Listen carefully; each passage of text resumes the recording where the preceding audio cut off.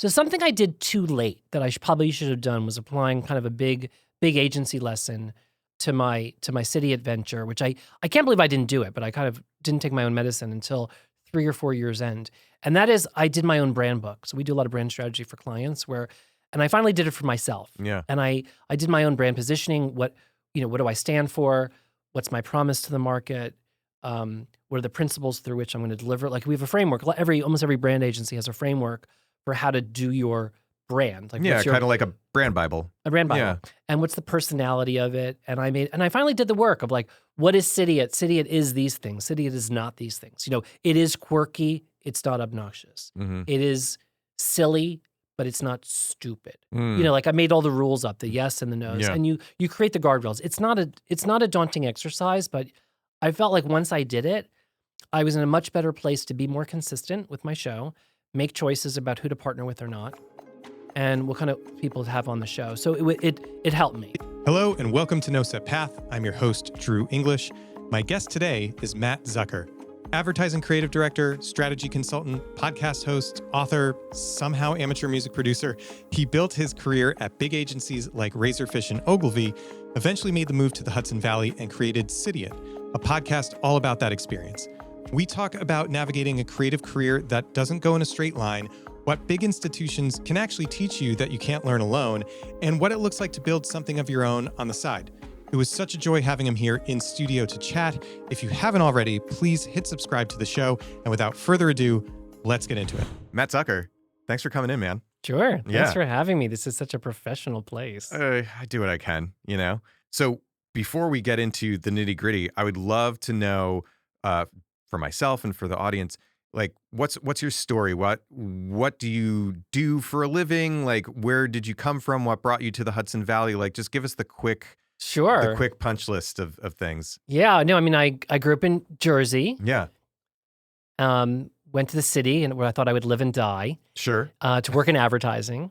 As one does. As a copywriter. And it was creative. So I wanted to be a writer. Yeah. But I like business because I like dynasty and like corporate America. So advertising was this nice blend of the business world and the creative world to me. Yeah. So I built a career as a copywriter and I kind of rose up through the creative ranks and I worked for a lot of the big agencies.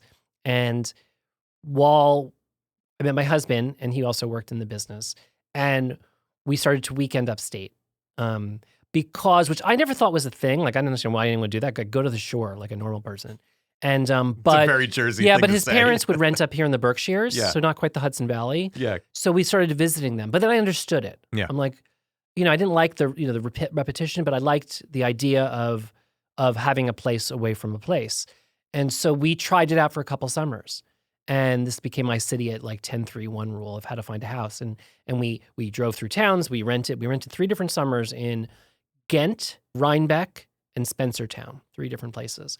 And we liked it enough. We're like, we could do this, but it also helped us pick our right place. And we ended up buying a house in Red Hook, which started off as a weekender thing. Yeah. While we were doing that, I moved from advertising into consulting. And I work for a strategy firm that does a lot in branding and marketing. And I now lead marketing for that firm and I do client work. But while we were doing that, I had a little more flexibility than I did working at the ad agency. So we could come up here a little more. Yeah. Like Thursday nights. Leave Monday morning. Sure. Leave Monday night. Like we really were like pushing it. We really liked it. And then at some point we sold our apartment in New York. We were renting in Manhattan, close to the West Side Highway so we could get up here really easily. Where were you in the city? We were from Chelsea to Hudson Yards. Oh, yeah. Okay. The new weird neighborhood. Yeah. By the mall. But it was a great location, a great building, and it had a garage. It was easy to get in and out. And you could get here. Yeah. Like I don't know how everybody commutes from Brooklyn, but we were doing it from almost the Upper West Side, almost. And so we could get here in like 2 hours. Yeah. As someone who drives regularly to the city, having to go anywhere past Midtown Manhattan just adds like 45 minutes at least. It's amazing. Yeah. Like next time in life, I'm going to actually live in Harlem and then commute. But we decided to go full time. We're like, what if we just try it? We could always go back, we thought. And so we hotel. We go back down every now and then. Yeah. And I go back down for work every now and then, every other week or so. And I just do hotel or stay at my sister-in-law's. And it really works. It's become like a lifestyle up here too. So during the day, I work in marketing, helping clients do marketing strategy. And throughout all this, I've had City at the podcast, which is about moving up here and getting acclimated. And it's been a great way to meet new people, meet other people, creative people and not so creative people, and also just get to know the area and get to know the bigger region than just the pocket where I live, which was first Red Hook, and now we're in Hudson. Yeah. I have 2 questions. One, what is the 10-3-1 rule for those who don't know? Oh, this is very important. I have a downloadable worksheet. Oh, So, I'm all about helping you move up here, Yeah. and then I'm not going to just like leave it high and dry. So the 10-3-1 rule is a methodology where if you're looking to move up here, you first make a list of, you look at a map and you make a list of 10 places that you might want to go because everything looks interesting. sure. Yeah. And you drive through them. Mm, And you stop for a coffee, you stop for lunch, you poke around, you go into the hardware store. But it's a day trip. Like it's not, and you do as many of those as you can. Then you narrow to the 3 most interesting places. And then maybe you do what I did is you rent. So you could rent for a weekend, but I would rent for 2 or 3 weekends. We rented for a summer. But yeah. you want to be there more than 24 hours and more than just one weekend Yeah. and a weird day of the week, like a Tuesday or Monday or Thursday, something. So a couple times. So you need to make a commitment to 3 places a little bit. But it can be fun. You get to know the town and your For sure. favorite, you get favorite places. You also get turned off, like there's not enough here. You get to know yourself because you want like, oh, I don't want to drive 20 minutes to the hardware store. Oh, I thought I wanted to live in town, but I really could live outside of town. Smart. Or the reverse. So you really get closer. And then you pick your place and you rent for an extended period. Yeah. And then you start to shop there while you're there. So that's what we've done. That's the 10-3-1 rule. I have a worksheet you can download for free. We'll put a link to the worksheet in the show notes for sure. I love that you have a worksheet for people. Yeah, I think giving people like not just advice but tools and stuff really helps them because it's a big transition. Yeah. It's a big deal. Yeah. And it's not for everybody. Yeah. My second question off of what you started with was what got you into podcasting? I don't have other podcasters in here basically ever. So it's a rare opportunity for me to pick somebody else's brain or just understand what got them into podcasting. So what got you into podcasting specifically? Well, early in my career, I was running radio commercials because everybody else got the TV commercials. So Sure. they gave Zucker the radio because nobody wanted to do it. So I developed an ear, for how to do that and how to script commercials. And I did a lot of funny dialogue stuff, which I really loved. And then during the first wave of podcasting, Adam, what's his name, from MTV, the DJ, Oh my God. started Pod Show, which was a podcasting network. This is the first wave. Yeah, this I is can't when like remember. 10 people were listening. Right. And I was a creative director at an agency, and I had the opportunity to produce a podcast show for my client, Johnson & Johnson. So we did. It was very unusual. It was one of the first corporate podcasts that ever existed. And it was 2 teenage girls called Download with Heather and Janelle. And it was basically a talk show with 2 teenage girls from Long Island. Okay. And they would talk about things they were going through in high school and Yeah. stuff. And it was for AccuView contact lenses. And if you wanted, they would bring a cute guy on from their school. And if you wanted to see his picture, you'd have to go to the website, and then you would download the coupon for the contact lenses. It was very clever. That is actually Marketing. pretty clever. That's how we got Okay. people to the web Yeah, from the ear. So I really got into it. Then I did another podcast for companies, and then the podcasting thing kind of went away for a little while. Like it didn't stick. Mm. And then it came back, if you remember, during Serial, Serial. Oh, true crime serial. The true crime Yeah. serial. And that was podcasting's blow up moment. Big time. And that's when the culture really started paying attention. Yeah. So I kind of got my hands back in it and started writing about it. And around then I started City It. And so I just found that I was originally going to do a written journal, because I'm a writer, about our experience moving up here and all the crazy things that happen. But I was so tired at the end of the day from writing so much at work, and the podcasting tools had gotten so easy Mm. and more accessible, and they weren't that hard to use, that I thought I created my journal on air. So my podcast series really started not as me interviewing people, like most of my episodes are now, but not all, but basically me just rambling about what it's like to move up here. Like, why are barns red? Like, what's a wrench? And is that a cow or a sheep? Which also, I think there's a lot of value inherent in that too. People liked it. And they were Yeah. also short episodes. Yeah. So it took off right away. Plus the spelling is weird. Like City It, it's easy to find. If you want to do a podcast, come up with an unusual name, Yeah. not a generic name, because it's much easier to find. Even though my spelling of City It is different than the store in Catskill. Pim spells his store Citiot, and I use the D. The D. Yeah, he came on. We did an interview with 2 Citiots. It was very funny. That's awesome. That totally makes sense. that it's kind of like laterally adjacent to what you were doing in advertising, and also being a consumer of podcasts, and that makes sense. My journey feels very similar starting this show because, like we've talked about for your episode, which we just recorded before this, I was an avid consumer. I needed a project during COVID. Yeah. I wanted to talk to people. What's an easy sell? Oh, I have a podcast. Why don't you come on and talk to me? I'll And ask you you have some video. questions. I only do audio. Yeah, I have video. The video has gotten much better over time. It started not so great. So is my audio. You're doing fine. My early ones are just cringeworthy. But you're still going, which is more than most people can say. That's true. There's some weird statistics about for podcasters that a lot of people give up after the first 8 or 9 episodes. So it's a very small fraction that make it past, the first season. Yeah. How many episodes are you up to now with City It? 124. Amazing. 8 seasons. Amazing. I have ways to go to catch up. I think I'm in the 40s at this point, but yeah, you got to stick with it. But I think you also have to give yourself permission to take a break. Like I have seasons, so I get a break. Yeah. I do arcs and then I stop. But I know at some point I'll have to stop if I want to do a new project. Like I can't, I don't have a plan to it's sunset. just bandwidth. Yeah. It's just being able to do a good job and enjoy it. But I like it so much, I don't want to give it up. Yeah. To shift gears a little bit, I have some experience working with like larger agencies on the execution side, like from being on set and filming campaigns, things like that. But I don't often get to have like deeper conversations with people who have like really been in the trenches at some of the larger agencies.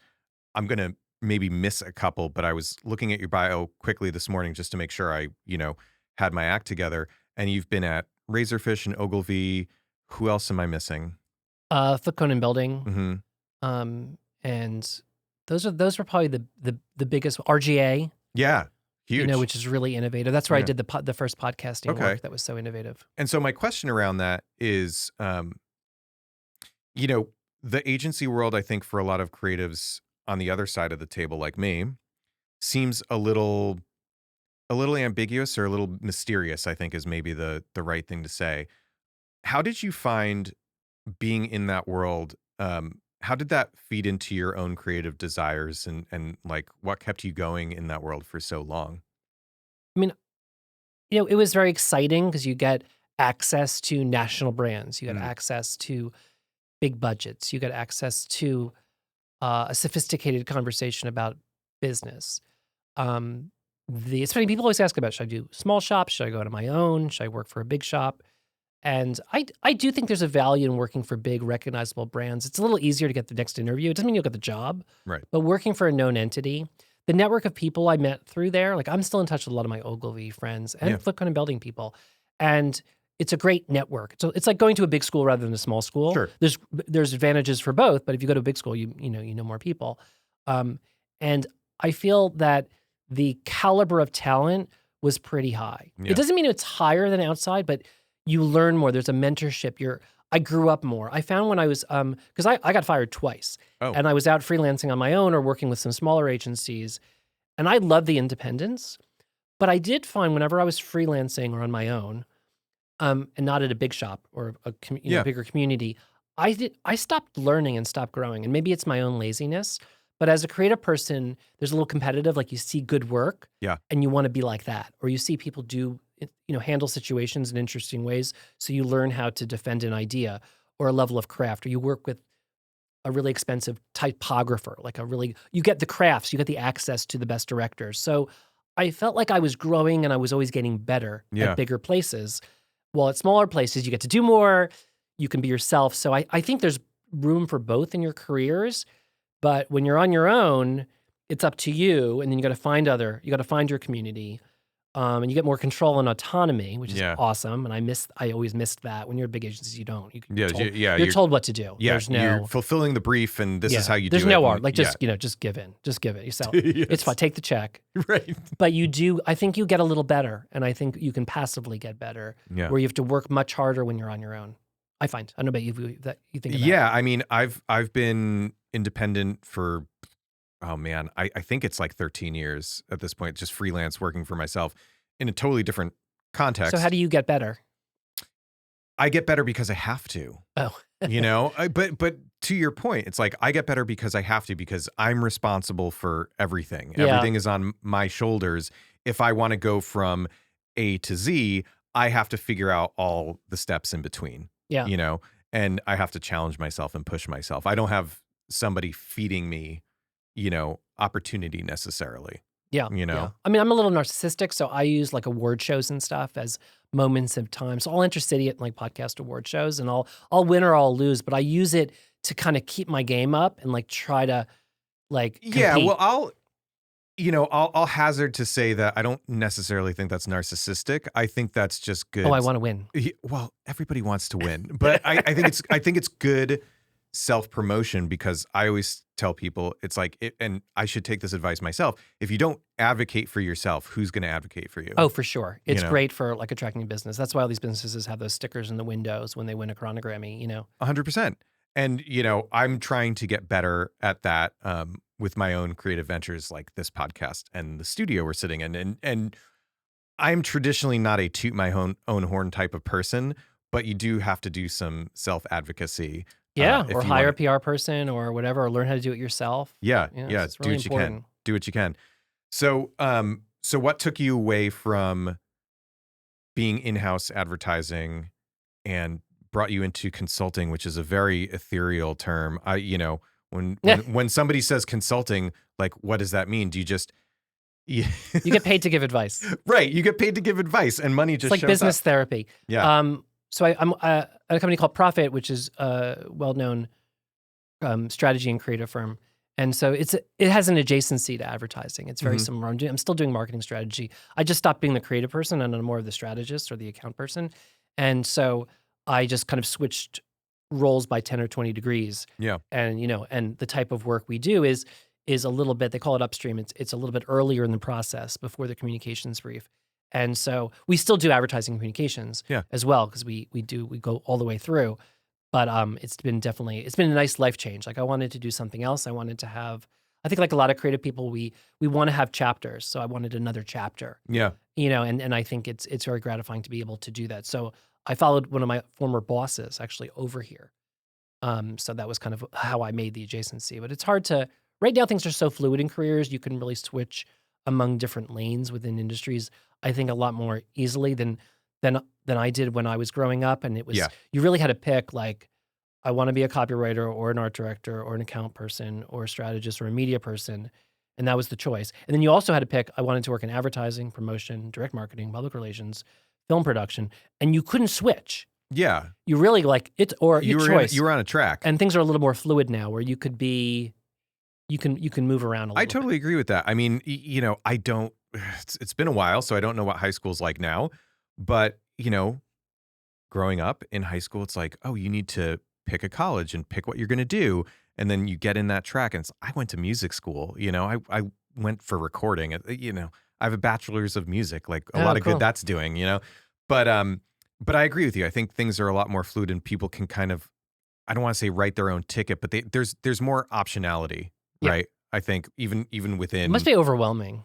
I think so. I'm overwhelmed as a 40-something-year-old man, with options, but also I'm still like curious and very like intrigued at all the different things that I could and want to do. How do you decide? You've got a bunch of adventures going on. How do you decide where to spend your time? Well, it's actually a really great question. I think there's two things. There's kind of two things I bump decisions up against is time and life commitment. Like how much is something going to take me away from my family and my home? And then is the money worth it? Like, cause sometimes jobs come through where I really can't say no. It's enough money in a shot where I'm like, I should take that. But my priority is always going to be like home and family. So I'm actively trying to kind of rebalance things and find new opportunities that keep me at home making money from a laptop versus, loading a car full of all the film equipment that's over here and driving to and from the city or having to fly somewhere, things like that. And that kind of leads me into the thing I really want to talk to you about, who you are uniquely positioned to chat about this, is like kind of self-marketing, self-promotion, audience building, things of that nature. It's something I'm personally very curious about, and I think others would benefit from it as well. But I have this show, I have the podcast studio.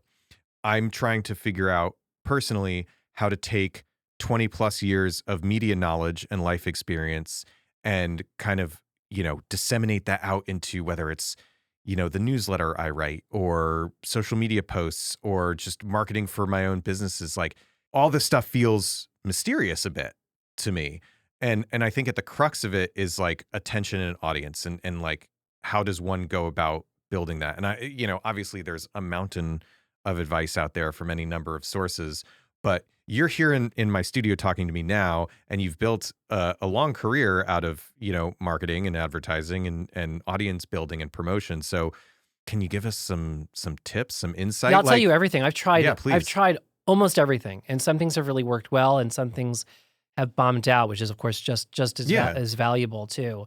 And so something I did too late that I probably should have done was applying kind of a big agency lesson to my city adventure, which I can't believe I didn't do it, but I kind of didn't take my own medicine until 3 or 4 years end. And that is, I did my own brand book. So we do a lot of brand strategy for clients and I finally did it for myself. Yeah. And I did my own brand positioning. What do I stand for? What's my promise to the market? What are the principles through which I'm going to deliver? Like we have a framework. Almost every brand agency has a framework for how to do your brand. Like kind of like a brand Bible. A brand Bible. Yeah. And what's the personality of it? And I finally did the work of like, what is Cidiot? Cidiot is these things. Cidiot is not these things. It is quirky. It's not obnoxious. Mm-hmm. It is silly, but it's not stupid. Mm. Like I made all the rules up, the yes and the no's, and you create the guardrails. It's not a daunting exercise, but I felt like once I did it, I was in a much better place to be more consistent with my show, make choices about who to partner with or not, and what kind of people to have on the show. So it helped me. So that was one tool. That's a foundational tool. And then the day-to-day combat of trying to get listeners is really tricky. Like you can buy your way there. So I've tested this. Sure. And you can buy Facebook ads or Instagram ads. Mine is a regional show unlike yours. So yours could have national appeal. But I can buy zip codes of towns I want to Oh, that's interesting. like on Facebook that's or interesting. Instagram. And that sort of works. And I could attract certain audiences. I can also do interests, so other people that listen to podcasts or other people that listen to music. And that's sort of the sure thing is the advertising on other podcasts is really the best way. So like us going on each other's shows is usually the best way. Yeah. Or you can advertise on other podcasts because people listen to podcasts will listen to more podcasts. Sure. It's a lot easier to convince them to try another show than to a non-listener listen to your show. Right. To be your first one. So that was kind of a thing I learned. And so I built some audience by spending a little bit of money on that. But it's not the volume I expected to get out of it. So I don't know if it's worth it. Right. But every now and then I do it because It's a thing you can do, it's a thing you can do. but it may not be the best ROI. Yeah. It's not the best ROI. Thank you for using a marketing term. Hey, you got it. Fancy. So another thing is, PR and publicity and these awards. So like Chronogram drives me bananas. And I won, I suggested to them to create the podcasting category, by the way, in the Chronogrammies. That was me. And they created it. So I won the first year. And I'm very proud of it. 2021 Chronogram winner, best podcast, regional. You heard it here first. Yeah. The next year, I came in second place. Okay. And then the next year, I came in third place. And my friend Brett Barry's won the last couple of years, and he deserves it. But the whole thing is a scam. Because you have to get people to vote every day to get nominated. Then you have to get them to vote every day to thing. And so it's not one person, one vote. Right. It's a scam. And I've asked them to stop doing it. And they won't do it because it's good for their advertising. Of course. And I've even bought the advertising. I bought the category out. So, and every year I say I'm going to give up. And of course, last minute I come in and I try to do it. But Just can't help yourself. But there's other award shows you can enter. But those types of things, I've also done a lot of publicity where I get quoted in different publications or by journalists writing about the Valley. I tried a column. This is an interesting tool. Oh. I did a column about how to be a Cidiot for the local newspaper. Oh, that's interesting. So I took my format offline and I did an advice column. And it was a little hard to keep up with because it was good, but it was hard to do both and do the show. But there's things like that where you could take your topic and change it into a different format and reach listeners in different ways. That's interesting. And that's free. Actually, I got paid for that. The local newspaper actually was paying me. Even better. To write these articles. I didn't continue it because I moved out of Red Hook and I couldn't keep up with it, Yeah. even though I wanted to do it high quality. What other things you can do? Events. So I do these every now and then, and I just did one a few weeks ago with an author. And you build an audience that way because other people are driving things. So doing it with a community organization, going on other people's shows is really the magical thing to do. So I try to do that more often. You should do that a ton. It'd be great. It's Yeah, fun. yeah, I'd like to do more of it. I just did in sort of like an adjacent way. I just the other night presented a whole thing on podcasting for the Hudson Valley post-production group. So Oh, good. it's a bunch of like industry people, No, but that's good. it's new faces and got a couple emails and Yeah. stuff like that is One thing I helpful. waited too long to do, but it's been very valuable because consistency, releasing regularly is important to build your audience. Yeah. I noticed a big difference. I had a big sponsor one year, so I was doing biweekly every other week, Sure. and my audience really grew. Mm. Plus, I was investing some of the proceeds in advertising, but my audience was really growing. And then when that ended, after about a year and a half, I went back to monthly, and I still have a pretty big audience for a regional podcast, but it did dip a little bit because of the 2 weeks. And then whenever I'm not consistent, I see it drop. So consistency is good. Also, having a newsletter Mm-hmm. is really valuable. I wish I had started it much earlier, but I have people sign up for the newsletter, and I have a couple hundred people on that. And I can always email them reminders or promotion activities or things like an events, and people come to events and things like that. So I think those are good tools to maintain your numbers as well as grow. Yeah, that's interesting because I'm listening to you talk and say all the things that in some way, shape, or form I'm already doing, but I think the key is consistency and continuing to show up because I have a newsletter that is a sister to this show. It's also called No Set Path Right. over on Substack. And, I'm trying to put myself out there and do some of those crosses. Like we just recorded an episode for your show before this. But what I'm hearing from you is just continuing to show up on a consistent basis and also do a little bit outside the box thinking. So I Yeah. did writing a column. That's interesting. I've not heard that one, but for you, it totally makes sense. You're a regional show, you want to get different exposure regionally. Yeah, great. Totally makes sense. And then there's things you can do that are signature that you want to help you stand out. It's very hard to stand out. There's so many podcasts. So Oh you my need- God, it's so noisy. So, you could have, I do this thing called come visit at the end of every episode. I say, Okay. come visit, because it's like and I'm trying to bring people Yeah. here. I even tried to get certified as a Dutchess County tourist ambassador, which I Oh, am. no way. Yeah. So I did an episode about it. So I That's turned so everything cool. into content. But it's fun to try to come up with unusual things that will stand out, that try to be a part of the culture. Yeah. But I think it takes a lot of work. I think my Instagram is not as big as I thought it would be. I think a lot of things have not worked out. I created an original song with some musicians. It's very good. Yeah, and it was kind of like a stunt. Like in some ways it was a stunt. It became the theme song, but it became a single. We made a video. There's a video on YouTube. I didn't know. There's a cartoon. It's hilarious. We had an animated cartoon create about the city at song, and it's very funny. It's an earwig, man. It gets stuck in your head. Yeah, I didn't even know that term Yeah. until we did the song and someone said it's that. Yeah. You walk around humming it all day. Yeah. Yeah. Yeah, it's pretty. I just produced my second song, not for the show, for a different project Okay. I'm doing. And I find I have no musical talent, unlike you, and I find production and music very gratifying. Absolutely. It's a lot of fun. I guess to shift a little bit, like this is a world you're clearly an expert in, Eh. You're doing fine. But like, how do I want to phrase this question? Are you scratching all your creative itches right now via, what you do for work and having the podcast, or are there other things you want to do? Like if so, like what lights you up? Like what are you curious about exploring and digging into in the future? Yeah, I mean, I have a big list. Music was one in the background. Yeah. And then finally during the pandemic, when I thought we were all going to die, I just took some money and I hired some local musicians and we created the City at theme song. Yeah. So I could scratch the itch. So that Yeah. was always a creative thing that the song was not, the show was not fulfilling, that I needed to fulfill. Yeah. And then I liked it so much, I just did it again recently Yeah. to create another song for a future project. So I kind of have a bucket list of different creative projects I want to do, whether it's, I wanted to write a book, so I did. Great. I published my career memoir about advertising. It was Oh, Rough cool. Draft sold it there. No way. Yeah, and Oblong sold it, and a bunch of Oh, I have to get I a sold copy. it online too. Yeah, I wish I had brought one. No, it's all good. But it's that was very gratifying. So I have a list and I try to do everything that's on the list. Good for you. And I think it's very satisfying. I think the podcast hits a lot of them. It hits my meddling in other people's business, knowing what's going on. It's a great way to meet people. Yeah. I feel part of the community. I feel like I'm giving something back. I feel like I mean, some people pay me to come on the show, some of their businesses, but that's only when I'm not that interested. If I'm really interested, we just do it, right? Yeah. Yeah.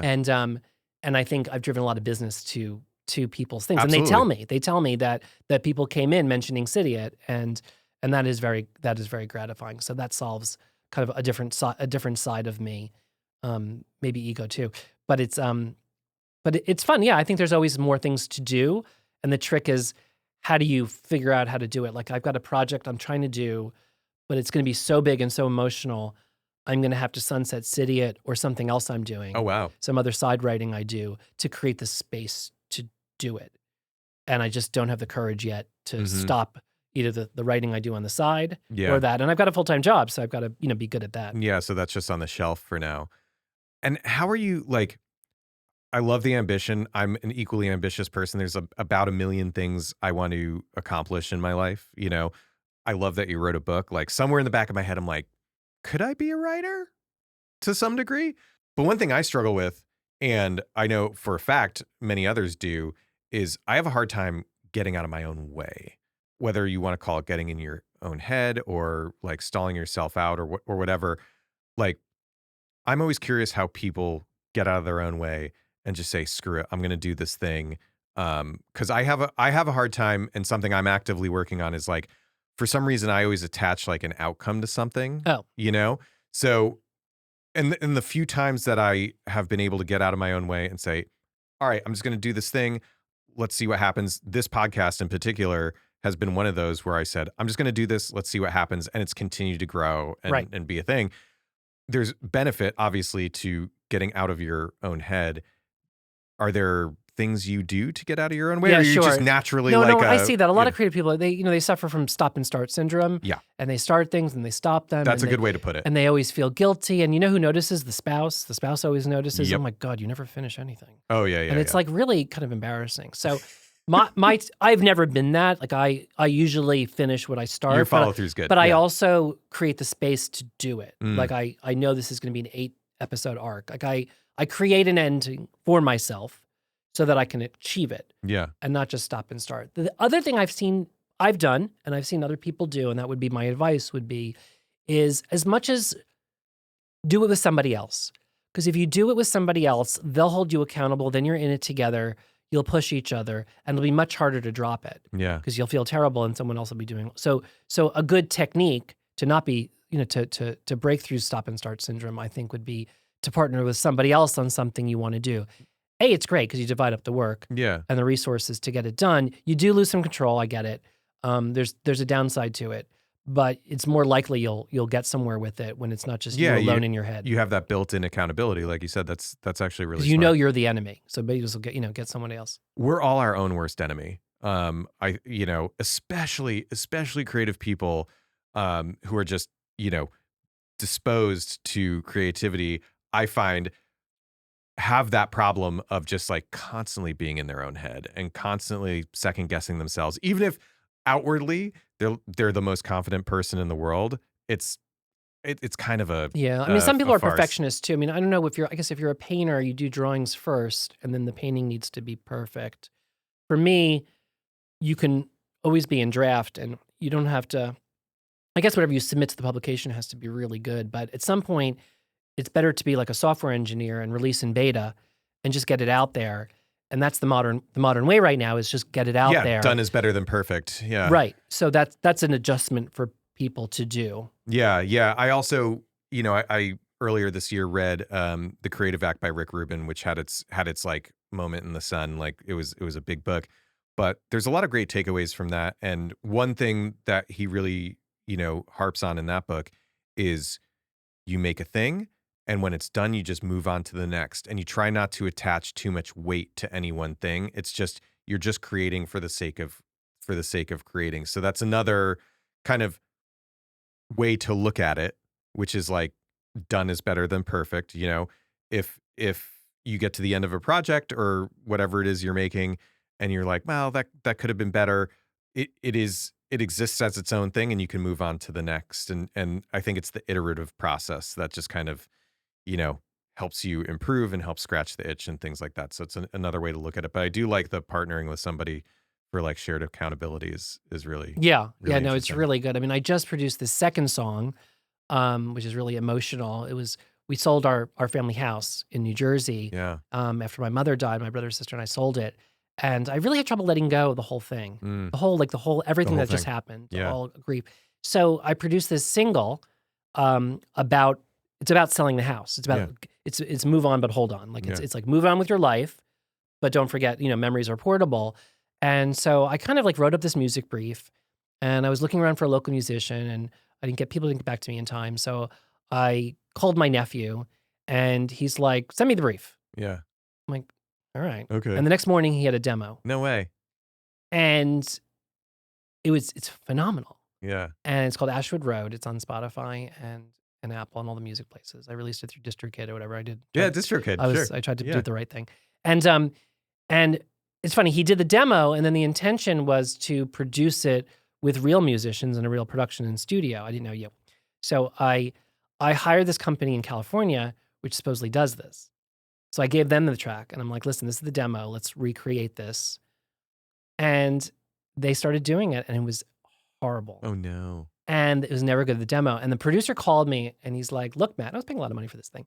But it was really important to me, very Yeah. emotionally. It was Yeah. a foundation for my next project around grief. And so it's very important the song came out pretty good. And it had to be just so. So I was being a perfectionist, I guess. That's fair. It's fine.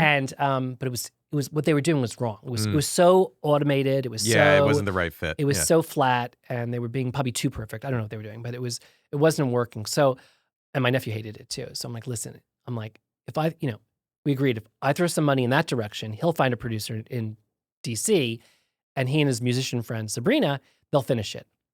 So they did. Amazing. And it came out amazing. I love that. And we released it like right after his wedding. And it's, I'm really, really proud of it. But I enjoyed that process. Like, as much as I feel like these people were not, I'm glad I tried both. Yeah. Like the experimentation to me Yeah. is making me better. And I can do another song again later because I'm going to do one. Here's what I really like though. And maybe you've thought about this, maybe you haven't. But you have this music itch that you want to scratch. Yeah. You have this other project you want to do. Oh, I have a song, et cetera, et cetera. What I really, really like is you don't let the fact that you're not a musician stop you. You use what's in your toolkit, which, to bring it all the way back to advertising. It's like, briefs, like how you want things to go, A to B. Yeah, advertising helped because I know the crafts, and I respect each of the crafts. Sure. And I sort of know how it works. But I love that because you're leaning into your strengths and not letting things that would be considered a weakness, in this case being that you're not a musician, stop you from completing the project and having that creative outlet in the way that you can. And I totally love that. That's really, really great. That's actually advice I should take for myself, and others should as well. That's like, you shouldn't let... Like your writer comment you just made. Like, maybe you could be a writer. Maybe you could be a writer, or maybe you're not a good writer, but you could do the outline and you could dump it on someone else to do it for you, and you'll still get out what you wanted. Yeah, and I'm scratching that itch a little bit by writing a newsletter. Good. Right? Good. So I've been renovating a bathroom, so I have not released it. And I can't do anything by myself. I'm so jealous. So my consistency there has fallen off for the last month, but I do get some of that energy out through writing the newsletter. So, to your point, like, lean into your toolkit, basically. Yeah, that's a good which is really cool. So, to kind of wrap this up, like, what's next for you? What's going on with Sidiot? Any new projects you want to share that you can share? Sure. Like, what's happening? So, like, Sidiot's going really well. I do want to get a new sponsor because I want to blow some cash and grow the market even more. Yeah. But I'll probably do another season or two. Great. I love it. I'm going to try to mix up the format a little bit. I feel like I'm doing too many interviews, and I should do more of my monologues every now and then, which I do. Yeah. I just feel like it's fun for the audience, Yeah. and it's fun for me to have it to not be too formulaic. The events experience is really great. So I'm thinking of another event or two to do. I did a wine tasting and then this book thing. Yeah. And I think I might do more Yeah. or bring a bunch of people together. I love that. like We were maybe talking maybe earlier. we'll do it together. Maybe Yeah, we'll do we were talking earlier. I would love to do something live for this show at some point. I think it's great. Yeah, so we could do that too. I was also thinking of doing like a newcomers thing, Oh, cool. like some kind of social thing, like helping people Yeah. meet other people too. So Cydia has a bunch of ways it can go. The other is this other project around grief isn't really about grief. It's more about what we leave behind. Yeah. And so I'm thinking of doing, I did a book and then I at the radio station, I recorded the audiobook. They helped me record it. Yeah. So, but I realized when I wrote the book, I wrote it as a written book, not as an audiobook. Sure. So when I went to go record, a lot of my jokes didn't work and my run-on sentences were hard to record. The translation wasn't so quite there. I probably should have done a slightly different version for the audiobook, but I didn't know that at the time. This was my first time doing it.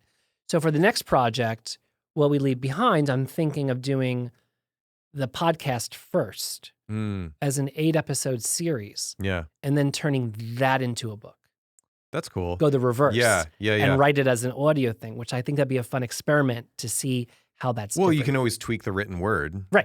Right. to fit that format. Right. So I think that's the next project I'm trying to clear space for. Now, I am starting in the background. I'm doing some homework on it. I'm outlining it. I'm playing with it because I don't want to one day all of a sudden say, now I'm starting with the project. I'm starting from scratch. Yeah. So I'd like to have some of the ground set for it. I buy trademarks. I do a lot of things in advance. Yeah. Just to kind of prepare for it. But those are the two big things. Yeah. Well, you're clearly an ideas guy. You're always working on something. I love that.